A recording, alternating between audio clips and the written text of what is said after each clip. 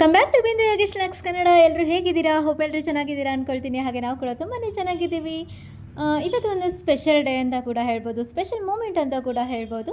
ಯಾಕೆ ಅಂದರೆ ನನ್ನ ಜೊತೆ ಇರೋದು ಸೌಮ್ಯ ಸಿಸ್ಟರ್, ಹಾಗೆ ನಮ್ಮಮ್ಮ ಕೂಡ. ನಾವು 3 ಜನ ಬೆಳಗ್ಗೆನೇ ಎಲ್ಲೋಗ್ತಿದ್ದೀವಿ ಅಂದ್ಕೊಂಡ್ರೆ ಹಾಸನ ಬಸ್ ಸ್ಟ್ಯಾಂಡಿಗೆ ಬಂದು ಹೂವು ತೊಗೊಂಡ್ರೆ ತುಂಬಾ ಒಳ್ಳೆಯದಲ್ವಾ. ಯಾವುದಾದ್ರು ಹೆಣ್ಮಕ್ಳು ಸ್ಯಾರಿ ಉಟ್ಕೊಂಡು ದೇವಸ್ಥಾನಕ್ಕೆ ಹೋಗೋದಾದರೆ ಮಲ್ಗವಿಲ್ಲ ಅಂದರೆ ಆಗುತ್ತಾ? ಮಲ್ಗವಿದ್ರೆ ಹೆಣ್ಮಕ್ಳಿಗೊಂಥರ ಕಳೆ ಅಲ್ವಾ. ಹಾಗೆ ಕೈ ತುಂಬ ಬಳೆ, ಮುಡಿ ತುಂಬ ಹೂವು ಇದ್ದರೆ ಲಕ್ಷಣವಾಗಿ ಸೀರೆ ಉಟ್ಕೊಂಡು ದೇವಸ್ಥಾನಕ್ಕೆ ಹೋಗ್ತಿದ್ರೆ ನಿಜವಾಗ್ಲೂ ಏನೋ ಒಂಥರ ಮೂಮೆಂಟ್ ಚೆನ್ನಾಗಿರುತ್ತೆ ಅನಿಸುತ್ತೆ ಅಲ್ವಾ. ಹಾಗೆಯೇ ನಾವು ಕೂಡ ಮಾರ್ನಿಂಗ್ ಒಂದು 5:30ಗೆಲ್ಲ ಟ್ರೈನ್ಗೆ ಹೋಗೋಣ ಅಂತ ಬಂದ್ವಿ ಸ್ಟ್ಯಾಂಡ್ ಹತ್ರ. ಹಾಗೆಯೇ ಇಲ್ಲಿ ಹೂವು ನೋಡಿದ್ವಿ, ಹೂವು ತೊಗೊಳ್ಳೋಣ ಅಂತ ಹೇಳಿ ಸೌಮ್ಯ ಸಿಸ್ಟರ್ ನಂಗೆ ಮುಡಿಸಿದ್ರು, ನಾನು ಅವ್ರಿಗೆ ಮುಡಿಸ್ದೆ. ಹಾಗೆಯೇ ನಮ್ಮ ಅಮ್ಮ ಚೆಂದ ವೀಡಿಯೋ ಮಾಡಿದ್ದಾರೆ ಆಯಿತಾ. ನಾವು ಬರಲ್ಲ ಅಂದ್ಕೊಂಡಿದ್ವಿ, ಬಟ್ ಅಮ್ಮ ಚೆನ್ನಾಗಿ ವೀಡಿಯೋ ಕೂಡ ಮಾಡಿದ್ರು. ಅದಾದಮೇಲೆ ನಾವು ಕೂಡ ಲೈಟಾಗಿ ಏನಾದರೂ ಕಾಫಿ ಟೀ ಏನಾದರೂ ಕುಟ್ಕೊಂಡು ಹೋಗೋಣ. ಬೆಳಿಗ್ಗೆ ಟೈಮ್ ಕಾಫಿ ಟೀ ಕುಡಿದ್ರೆ ವಾಮಿಟಿಂಗ್ ಸೆನ್ಸಸ್ ಆ ಥರ ಎಲ್ಲ ಆಗಿಬಿಡುತ್ತೆ. ಹಾಗಾಗಿ ಆದರೂ ಇರಲಿ, ಯಾವುದಕ್ಕೂ ಹೋಗೋದು ಎಷ್ಟೊತ್ತಾಗುತ್ತೆ ಅಂತ ಗೊತ್ತಿರಲ್ಲ ಅಲ್ವಾ. ಹಾಗಾಗಿ ನಾವು ಕೂಡ ಹೂವು ತೊಗೊಂಡು ಹೂವು ಮುಡ್ಕೊಂಡಿದ್ದು ಕೂಡ ಆಯಿತು. ಇದೆಲ್ಲ ಮುಗಿದ ಮೇಲೆ ನಾವು ಹೋಗಿದ್ದು ಚಿಕ್ಕದಾಗಿ ಒಂದು ಹೋಟೆಲ್ ಇತ್ತು, ಅಲ್ಲೇ ಓಪನ್ ಇತ್ತು 5:30ಗೆ. ಅಲ್ಲೋಗಿ ಟೀನ ಕುಡಿದು ನಾವು ಕೂಡ ನಮ್ಮ ಜರ್ನಿನ ಸ್ಟಾರ್ಟ್ ಮಾಡಿದ್ವಿ. ಅಂದರೆ ಇಲ್ಲಿಂದ ನಾವಿವಾಗ ಅಂದರೆ ಕಲ್ಯಾಣ್ ಜುವೆಲ್ಲರ್ಸ್ ಇದೆಯಲ್ಲ, ಅಲ್ಲಿಂದ ನಾವಿವಾಗ ಆಟೋ ಹೊತ್ಕೊಂಡ್ವಿ. ಆಟೋ ಹೊತ್ಕೊಂಡು ನೋಡಿ ಬೆಳಗ್ಗೆನೇ ಎಷ್ಟು ವೈಬ್ ಇದೆ ಅಲ್ವಾ. ಡೈರಿ ಸರ್ಕಲ್ ಹತ್ರ ಇರೋ ಆಂಜನೇಯ ಟೆಂಪಲ್ಗೆ ಹೋದ್ವಿ. ಅಲ್ಲೂ ಕೂಡ ಬಸ್ ಬರೋ ತನಕ ನೋಡೋಣ ಅಂತ ಹೇಳಿಬಿಟ್ಟು ದೇವ ದರ್ಶನ ಕೂಡ ಆಯಿತು. ದರ್ಶನ ಮುಗಿಸ್ಕೊಂಡು ಅಲ್ಲೇ ಬಂದಿದ್ದಂಥ ಬೆಂಗಳೂರು ಗಾಡಿಗೆ ಹತ್ಕೊಂಡ್ವಿ, ಅಂದರೆ ಬಸ್ಸಿಗೆ ಹತ್ಕೊಂಡ್ವಿ ಆಯಿತಾ. ಬಸ್ಸಿಗೆ ಹತ್ಕೊಂಡು ಹಾಗೆ ಹೋಗ್ತಾ ಒಂದೆರಡು ಸೆಲ್ಫಿ ಹಾಗೆ ಅದು ಇದು ಇದ್ದೇ ಇರುತ್ತಲ್ಲ ಹೆಣ್ಮಕ್ಳಿಗೆ, ಸೆಲ್ಫಿ ತೊಗೊಳ್ಳೋದು ಹಾಗೆ ಹೀಗೆ ಅಂತ ಹೇಳಿ. ಹಾಗೆಯೇ ನಾವು ಕೂಡ ನಾನು ಮತ್ತು ಸೌಮ್ಯ ಹೀಗೆ ಚಿಕ್ಕದಾಗಿ ಸಿಂಪಲ್ಲಾಗಿ ಒಂದು ಸೆಲ್ಫಿನ ಕೂಡ ತೊಗೊಂಡ್ವಿ. ಸೆಲ್ಫಿ ಇಲ್ಲ ಅಂದರೆ ಆಗುತ್ತಾ ಹೇಳಿ. ಹಾಗೆ ಏನಾಯಿತು ಅಂತ ಗೊತ್ತಿಲ್ಲ, ನೆಲಮಂಗಲದಲ್ಲಿ ಸ್ಟಾಪ್ ಕೊಟ್ಟರು, ಬಸ್ಸು ಎಕ್ಸ್ಚೇಂಜ್ ಆಯಿತಾ. Driver exchange. ಹಾಗೆಯೇ ಆ ಬಸ್ಸಲ್ಲಿದ್ದವರಲ್ಲ ಈ ಬಸ್ಸಿಗೆ, ಈ ಬಸ್ಸಲ್ಲಿದ್ದವರಲ್ಲ ಆ ಬಸ್ಸಿಗೆ ಶಿಫ್ಟ್ ಆದ್ವಿ. ಹಾಗೆ ಕಂಡಕ್ಟರ್ ಡ್ರೈವರ್ ಮಾತ್ರ ಅವರು ಕೂಡ ಶಿಫ್ಟ್ ಆದರು ಆಯಿತಾ. ಇದೇನಪ್ಪ ಇದು, ಗಾಡಿ ಕೆಟ್ಟೋದ್ರೆ ಅಲ್ಲಿಂದ ಇಲ್ಲಿಗೆ ಶಿಫ್ಟ್ ಮಾಡೋದು ನೋಡಿದ್ದೀನಿ, ಇದೇನಿದು ಕಂಡಕ್ಟರ್ ಡ್ರೈವರ್ ಇಬ್ಬರು ಕೂಡ ಎಕ್ಸ್ಚೇಂಜ್ ಆಗ್ತಿದ್ದಾರಲ್ಲ ಬಸ್ಸಿಗೆ ಅಂದ್ಕೊಂಡ್ವಿ.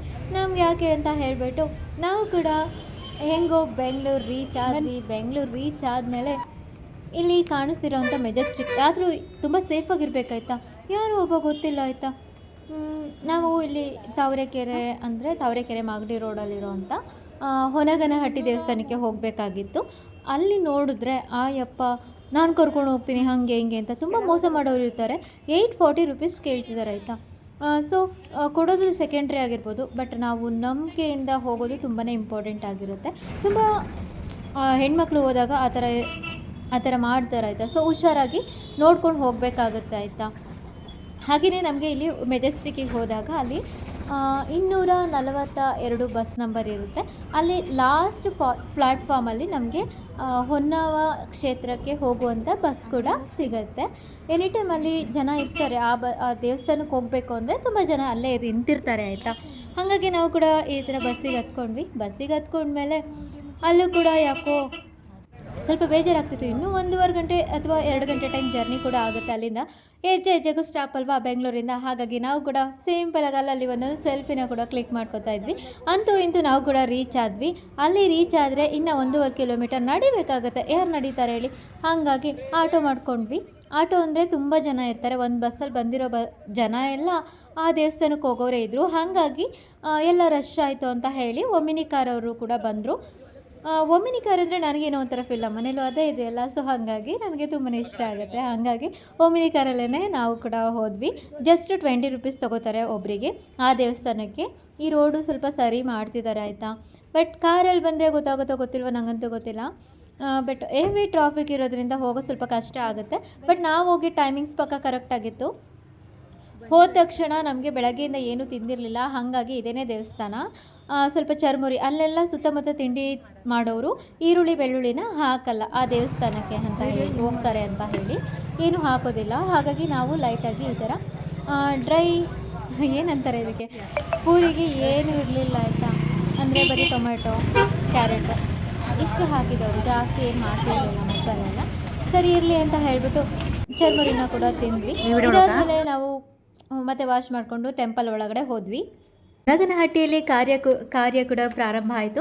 ಗರ್ಭಗುಡಿ ನಿರ್ಮಾಣ ಮಾಡಿದ್ರು, ಒಂದು ಬೋರ್ವೆಲ್ ಹಾಕಲಾಯಿತು. ಗುರುಗಳು ಅನುಗ್ರಹದಿಂದ ಸಮೃದ್ಧಿಯಾಗಿ ಗಂಗೆ ಒಲಿದು ಬಂದಳು. ಇದೆಲ್ಲವೂ 2 ವರ್ಷದಲ್ಲಿ ಲೇಔಟ್ ಹಣ ಬಂದ ಹಾಗೆ ನಿರ್ಮಾಣ ಆಯಿತು.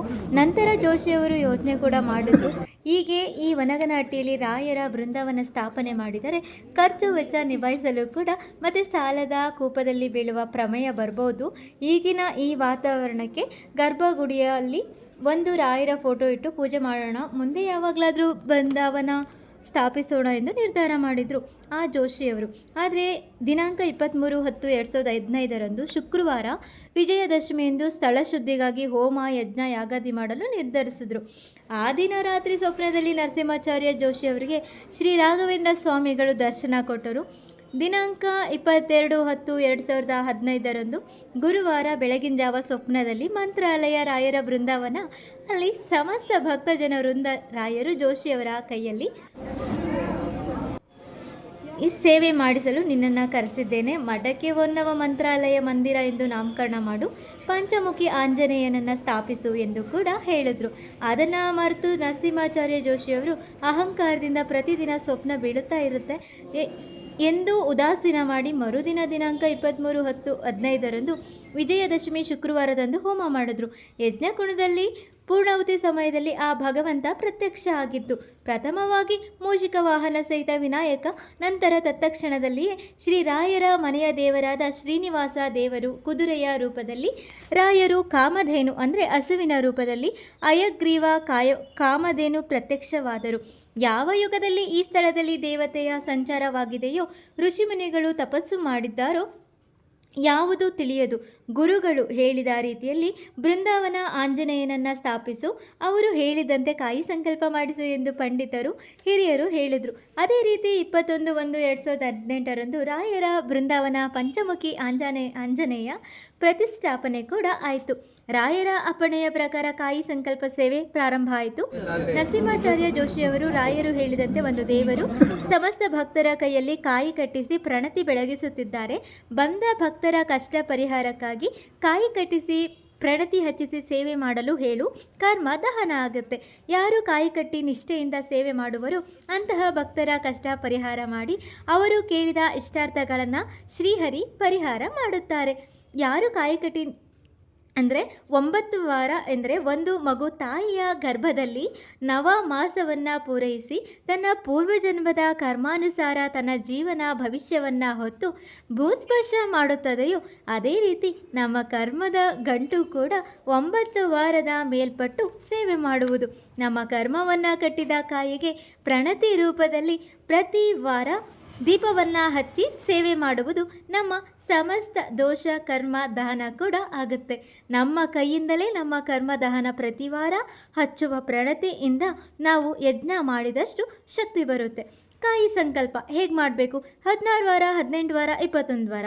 ಭಕ್ತರ ಕಷ್ಟಗಳು ಎನ್ನದೇ ಅದರ ಪ್ರಕಾರ ವಾರಗಳು ಕೂಡ ನಿಗದಿಯಾಗಿರುತ್ತೆ. ನರಸಿಂಹಾಚಾರ್ಯ ಜೋಶಿಯವರಿಂದ ಕೇಳಿ ಅವರು ಹೇಳಿದ ಪ್ರಕಾರ ವಾರಗಳು ಬಂದು ಶ್ರೀಮಠದಲ್ಲಿ ಸಿಗುವ ಪ್ರಣತಿಗಳು ಪ್ರತಿ ವಾರ ಕಾಯಿಯನ್ನು ಹಿಡಿದು ಪ್ರದಕ್ಷಿಣೆ ಹಾಕಿ ಶ್ರೀಮಠದಲ್ಲಿ ಪ್ರಸಾದ ಸ್ವೀಕಾರನ ಮಾಡಬೇಕಾಗತ್ತೆ. ಕಾಯಿ ಕಟ್ಟಿದ ಗಂಟು ಅಂದರೆ ನಿಮ್ಮ ಸಮಸ್ತ ದೋಷಗಳನ್ನು ಒಳಗೊಂಡು ಕರ್ಮದ ಗಂಟು. ಇದರಲ್ಲಿ ಪಿತೃದೋಷ, ಸರ್ಪದೋಷ, ಭೂದೋಷ, ಸ್ತ್ರೀದೋಷ, ದೃಷ್ಟಿದೋಷ, ವಾಮಾಚಾರ, ಮಾಟಮಂತ್ರ ದೋಷಗಳು ಸೇರಿದ ಕರ್ಮದ ಗಂಟು. ಈ ಕರ್ಮದಾಂತನವು ನೀವು ಪ್ರತಿ ವಾರ ಹಚ್ಚಿದ ದೀಪದಿಂದ ಮೂಲಕ ದಹನ ಆಗುತ್ತೆ. ನಿಮ್ಮ ಕೈಯಿಂದ ನೀವೇ ಸ್ವಯಂ ಯಜ್ಞ ಮಾಡಿದ ಶಕ್ತಿ ಕೂಡ ಹೊಂದುತ್ತೀರಾ. ನಿಮ್ಮ ಕರ್ಮ ದಹನವಾಗುತ್ತಾ ನಿಮಗೆ ರಾಯರು ಸಂಪೂರ್ಣ ಅನುಗ್ರಹ ಕೂಡ ಮಾಡ್ತಾರೆ. ಈ ಶ್ರೀ ರಾಘವೇಂದ್ರ ಸ್ವಾಮಿಗಳು ಹೇಳಿದ ಪ್ರಕಾರವಾಗಿ ಈ ಫಲ ಸೇವೆ ಅಂದರೆ ಕಾಯಿ ಸಂಕಲ್ಪ ಇದು ಯಾವ ಮಠದಲ್ಲಿಯೂ ಇಲ್ಲ. ರಾಯರು ಸಮಸ್ತ ಭಕ್ತರಿಗೆ ಜಾತಿ ಮತ ಭೇದ ಇಲ್ಲದೆ ಎಲ್ಲರೂ ತಮ್ಮ ಕರ್ಮದ ಕಾಯನ್ನು ಕಟ್ಟಿ ಪ್ರತ್ಯಕ್ಷವಾದ ಒಂದು ಫೋಟೋವನ್ನು ಮನೆಯಲ್ಲಿ ಇಟ್ಟು ಪ್ರತಿ ವಾರ ಶ್ರೀಮಠಕ್ಕೆ ಬಂದು ಕಾಯಿ ಸೇವೆ ಮಾಡಿ ಕೊನೆ ವಾರ ಹೋಮ ಅಥವಾ ಪಾದಪೂಜೆ, ಪಂಚಾಮೃತ, ಕನಕಾಭಿಷೇಕ, ಕಲ್ಯಾಣೋತ್ಸವ ಸೇವೆ ಮಾಡಿಸಿ ಸಂಪೂರ್ಣ ಅನುಗ್ರಹವನ್ನು ಪಡಿಬೇಕಾಗುತ್ತೆ. ಯಜ್ಞಕುಂಡದಲ್ಲಿ ಪ್ರತ್ಯಕ್ಷವಾದ ಫೋಟೋ ಮನೆಯಲ್ಲಿ ಅಥವಾ ಅಂಗಡಿಯ ವ್ಯಾಪಾರದ ಸ್ಥಳದಲ್ಲಿ ಎಲ್ಲಿಯಾದರೂ ಇಟ್ಟು ಪೂಜಿಸಿ ಆ ಸ್ಥಳದಲ್ಲಿ ದೋಷ ನಿವಾರಣೆ ಕೂಡ ಆಗುತ್ತೆ. ಯಾವ ದೃಷ್ಟಿನೂ ಕೂಡ ಬೀಳೋದಿಲ್ಲ. ಹೊರ ಊರಿಂದ ಬರುವಂಥ ಭಕ್ತಾದಿಗಳು ಅಂದರೆ 100 ಕಿಲೋಮೀಟರ್ ಮೇಲಿದ್ದರೆ 2 ಕಾಯಿ ಕಟ್ಟಿ ಒಂದು ಕಾಯಿನ ಶ್ರೀಮಠದಲ್ಲಿ ಕಟ್ಟಿರಬೇಕು. ಇನ್ನೊಂದು ಕಾಯಿ ಮತ್ತು ಫೋಟೋ ನಿಮ್ಮ ಊರಿಗೆ ಅಂದರೆ ನಿಮ್ಮ ಮನೆಗೆ ತೆಗೆದುಕೊಂಡು ಹೋಗಿ 21 ವಾರ ಸೇವೆನ ಕೂಡ ಮಾಡಬೇಕಾಗುತ್ತೆ. ವಾರಕ್ಕೆ 1 ದಿನ ಮಾತ್ರ 21 ವಾರದೊಳಗೆ 3 ಸಲ ಶ್ರೀ ಕ್ಷೇತ್ರಕ್ಕೆ ಬಂದು 21 ದೀಪಗಳು ಮತ್ತು ಇಲ್ಲಿ ಇರುವ ಕಾಯಿಗೆ ಸೇವೆಯನ್ನು ಮಾಡಬೇಕಾಗುತ್ತೆ. 21 ವಾರ ಆದ ನಂತರ ಹೋಮ ಮಾಡಿಸಿ ಸಮಸ್ತ ಕರ್ಮದಹನವನ್ನು ಕೂಡ ಮಾಡಿಸುವುದು. ಅಲ್ಲಿಗೆ ಸಂಪೂರ್ಣ ಸೇವೆ ಕೂಡ ಮುಗಿಯುತ್ತೆ. ನೀವು ದೇವಸ್ಥಾನಕ್ಕೆ ಯಾವ ದಿನ ಹೋಗ್ತೀರಾ ಅಂದರೆ ಭಾನುವಾರ ಕೂಡ ಹೋಗ್ಬೋದು ಅಥವಾ ಗುರುವಾರ ಹೋದರೆ ಗುರುವಾರನೇ ನೀವು ದೇವಸ್ಥಾನಕ್ಕೆ ಹೋಗಬೇಕಾಗುತ್ತೆ. ಭಾನುವಾರ ಹೋದರೆ ಭಾನುವಾರನೇ ಹೋಗಬೇಕಾಗುತ್ತೆ. ಹೀಗೆ ಊರಿನವರಿಗೆ ಅಂದರೆ ಹೊರ ಊರಿನವ್ರಿಗೆ ಸೇವೆ ಮಾಡೋ ವಿಧಾನ 21 ದೀಪದ ತಟ್ಟೆಯನ್ನು ಹಿಡಿದುಕೊಂಡು ಫೋಟೋ ಸುತ್ತಲೂ 16 ಪ್ರದಕ್ಷಿಣೆ ಹಾಕಬೇಕು. ನಂತರ ಫೋಟೋ ಮುಂದೆ ಇರುವ ಕಾಯಿಯನ್ನು ಹಿಡಿದುಕೊಂಡು 38 ಪ್ರದಕ್ಷಿಣೆಯನ್ನು ಕೂಡ ಹಾಕಬೇಕಾಗುತ್ತೆ. ನಂತರ ಕೈ ಮುಗಿದುಕೊಂಡು ಫೋಟೋ ಮತ್ತು ಕಾಯಿಗೆ 54 ಪ್ರದಕ್ಷಿಣೆನ ಹಾಕೊಬೇಕಾಗುತ್ತೆ. ಸೊ ಈ ರೀತಿ ನಾವು ದೇವಸ್ಥಾನಕ್ಕೆ ಹೋದಾಗ ಈ ರೀತಿ ಮಾಡ್ಕೊಂಡ್ವಿ. ಅಲ್ಲಿ ಹೋಮದ ಕುಂಡ ಇರುತ್ತೆ, ಅಲ್ಲಿ ಒಂದು 3 ಪ್ರದಕ್ಷಿಣೆನ ಹಾಕಿಸ್ತಾರೆ. ಆಮೇಲೆ ಮತ್ತೆ ದೀಪ ತಟ್ಟೆನ ಹಿಡ್ಕೊಂಡು 8 ಪ್ರದಕ್ಷಿಣೆನ ಹಾಕಿಸ್ತಾರೆ. ಅದಾದಮೇಲೆ ಕಾಯಿನ ಹಿಡ್ಕೊಂಡು ಅದನ್ನು ಕೂಡ ಜನ ಜಾಸ್ತಿ ಇದ್ದಾಗ ಸ್ವಲ್ಪ ಕಮ್ಮಿ ಪ್ರದಕ್ಷಿಣೆನ ಹಾಕಿಸ್ತಾರೆ. 5, 8 ಈ ಥರ ಹಾಕಿಸ್ತಾರೆ, ಆಯಿತಾ. ಈಗ 3 ಸತಿ ನಾವು ಪ್ರದಕ್ಷಿಣೆನ ಹಾಕಬೇಕು. ಅಂದರೆ ಹೋಮದ ಕುಂಡ ಸುತ್ತ ಎಲ್ಲ ಪ್ರದಕ್ಷಿಣೆನ ಹಾಕಿಸಿ ನಾವು ಕೂಡ ಎಲ್ಲ ಮುಗಿಸ್ಕೊಂಡು ಹೊರಟ್ವಿ. ಮತ್ತೆ ಬಸ್ ಹತ್ತಿ ಅಂದರೆ ಅಲ್ಲೇ ಬಸ್ ಬರುತ್ತೆ. ಅಲ್ಲಿಂದ ನಾವೇನು ಮಾಡಿದ್ವಿ, ಬಸ್ ಸ್ಟ್ಯಾಂಡ್ಗೆ ಹೋಗಿ ಲೈಟಾಗಿ ಏನಾದರೂ ತಿನ್ಕೊಂಡು ಬಸ್ ಹತ್ತೋಣ ಅಂತ ಹೇಳಿಬಿಟ್ಟು ನಾವು ಕೂಡ ಹೋಟೆಲ್ಗೆ ಹೋದ್ವಿ. ಸ್ವಲ್ಪ ನಮ್ಮಮ್ಮಂಗೆ ಮಸಾಲೆ ದೋಸೆ ಆರ್ಡರ್ ಮಾಡಿ ನಾವಿಬ್ಬರೂ ಕೂಡ ಫ್ರೈಡ್ ರೈಸ್ನ ತೊಗೊಂಡ್ವಿ. ಫ್ರೈಡ್ ರೈಸ್ ತೊಗೊಂಡು ನಾವು ಏನು ಅಷ್ಟೊಂದು ಚೆನ್ನಾಗಿರಲಿಲ್ಲ, ಅಷ್ಟೊಂದೇನು ಇಷ್ಟ ಆಗಲಿಲ್ಲ. ಬಟ್ ನಮಗೆ ನಮ್ಮ ಹಾಸನಲ್ಲಿರೋ ಫುಡ್ಡೇ ತುಂಬಾ ಇಷ್ಟ ಆಗುತ್ತೆ. ಎಲ್ಲರಿಗೂ ಅವರವರ ಅಭಿಪ್ರಾಯ ಇದ್ದಂತೆ. ಬಟ್ ಈ ಹೋಟ್ಲಲ್ಲಿ ನನಗೆ ಅಷ್ಟೊಂದು ಕಂಫರ್ಟಬಲ್ ಫೀಲ್ ಆಗಲಿಲ್ಲ, ಯಾಕೆಂದರೆ ತಿಂದಂಗೂ ಕೂಡ ಅನ್ನಿಸ್ಲಿಲ್ಲ, ಟೇಸ್ಟೇ ಇರಲಿಲ್ಲ. ಏನು ಮಾಡೋದು, ಹೋಗೋ ತನಕ ಇರಬೇಕಲ್ಲ ಅಂತ ಹೇಳಿಬಿಟ್ಟು ತಿಂದ್ವಿ. ಇನ್ನೇನು ಮಾಡೋಕ್ಕಾಗಲ್ಲ, ಆಯಿತಾ. ಅದಾದಮೇಲೆ ಮತ್ತೆ ಅಲ್ಲೇ ಇರೋವಂಥ ಸ್ನ್ಯಾಕ್ಸ್ ಇತ್ತು ಅಲ್ಲೇ ಸ್ಟ್ಯಾಂಡ್ ಹತ್ರ. ಹಾಗಾಗಿ ಏನೇನು ಬೇಕೆಲ್ಲ ಪರ್ಚೇಸ್ ಮಾಡೋಣ ಅಂತ ಹೇಳಿಬಿಟ್ಟು ಚಿಪ್ಸು, ಜ್ಯೂಸು, ಹಾಗೆಯೇ ಬಿಸ್ಕೆಟು, ನನಗೆ ಫೇವ್ರೇಟ್ ಆಗಿರೋವಂಥ ಚಿಕ್ಕಿ ಎಲ್ಲನೂ ಕೂಡ ತೊಗೊಂಡ್ವಿ. ಸೌಮ್ಯ ಸಿಸ್ಗೆ ಬಿಂಗೋ ಅಂದರೆ ತುಂಬ ಇಷ್ಟ, ಹಾಗಾಗಿ ಅವರು ಬಿಂಗೋನ ಕೂಡ ತೊಗೊಂಡ್ರು. ಇದೆಲ್ಲ ಮುಗಿಸ್ಕೊಂಡು ನಾವು ಕೂಡ ಮತ್ತೆ ರಿಟರ್ನ್ ಬ್ಯಾಕ್ ಜರ್ನಿ ಅಂತ ಹೇಳ್ತಾರಲ್ಲ, ಹಾಗೆ ನಾವು ಕೂಡ ಮತ್ತೆ ರಿಟರ್ನ್ ಬಸ್ನ ಹತ್ಕೊಂಡ್ವಿ. ಇನ್ನು ಮನೆಗೆ ರೀಚ್ ಆಗೋದಕ್ಕೆ ಕಮ್ಮಿ ಅಂದರೂ ಒಂದು 10:30, 11:30 ಅಂತ ಆಗುತ್ತೆ. ಇದಾದಮೇಲೆ ನಾವು ಕೂಡ ಅಲ್ಲಿ ಏನೇನಿದೆ ಸಮೋಸ ಎಲ್ಲ ಇಟ್ಟಿದ್ರು. ಬಟ್ ಇಲ್ಲಿ ತಿನ್ನೋದು ಬೇಡ, ಹೆಲ್ತ್ ಹಾಳಾಗುತ್ತೆ. ಮೊದಲೇ ಸ್ವಲ್ಪ ಏನಂತಾರೆ, ಕೋಲ್ಡ್ ವೆದರ್ ಇರೋದ್ರಿಂದ ಅಲ್ಲಿ ಇಲ್ಲಿ ಫುಡ್ಡೆಲ್ಲ ತಿಂದು ಎಣ್ಣೆ ಹಾಕಿರೋವಂಥದ್ದು ಅಂದರೆ ಆಯಿಲ್ ಫುಡ್ಡೆಲ್ಲ ತಿಂದು ಮತ್ತು ಏನಾದರೂ ಕೆಮ್ಮು ಅದು ಇದು ಆಗಿಬಿಟ್ರೆ ತುಂಬಾ ಕಷ್ಟ ಆಗುತ್ತೆ ಅಂತ ಹೇಳಿ ಬರೀ ಬಿಸ್ಕೆಟು, ಹಾಗೆ ಚಿಕ್ಕಿ, ಜ್ಯೂಸ್ ಮತ್ತು ಬಿಸ್ಕೆಟ್ ತೊಗೊಂಡ್ವಿ. ಇಷ್ಟನ್ನು ತೊಗೊಂಡು ನಾವು ಕೂಡ ಬಸ್ ಹತ್ತಿದ್ವಿ. ಯಾಕೆಂದರೆ ತುಂಬ ಲೇಟ್ ಆಗಿಬಿಟ್ರೆ ಮತ್ತೆ ನಮಗೆ ಇಲ್ಲಿ ಹಾಸನಿಗೆ ಬಂದು ಮತ್ತೆ ನಿದ್ದೆ ಮಾಡೋಕ್ಕಾಗಲಿ ಎಲ್ಲದಕ್ಕೂ ಪ್ರಾಬ್ಲಮ್ ಆಗುತ್ತೆ ಅಂತ ಹೇಳಿಬಿಟ್ಟು ಹಾಗೆ ಬೆಂಗಳೂರೆಲ್ಲ ಒಂದು ರೌಂಡ್ ನೋಡ್ಕೊಂಡು ಬಸ್ಸಲ್ಲೇ ಹೊರಡ್ತಿದ್ವಿ. ಹೆಜ್ಜೆಗೂ ಟ್ರಾಫಿಕ್ ಇರೋದ್ರಿಂದ ನಿಜವಾಗ್ಲೂ ಬೆಂಗಳೂರು ಜನ ಹೆಂಗೆ ಜೀವನ ಮಾಡ್ತಾರೆ ಅಂತ ಗೊತ್ತಾಗಲ್ಲ. ಯಾಕೆಂದರೆ ಇಷ್ಟೊಂದು ಕ್ರೌಡ್ ಇರುತ್ತೆ, ಮೆಟ್ರೋ ಇದೆ, ತುಂಬ ವೆಹಿಕಲ್ಸ್ ಇದೆ, ಆದರೂ ಕೂಡ ನೋಡಿ ಹೆಂಗಿದೆ ಬೆಂಗಳೂರು ಪರಿಸ್ಥಿತಿ. ಓಕೆ ಬಾಯ್, ನೆಕ್ಸ್ಟ್ ವೀಡಿಯೋದಲ್ಲಿ ಸಿಗೋಣ. ಬಾಯ್ ಎಲ್ರಿಗೂ.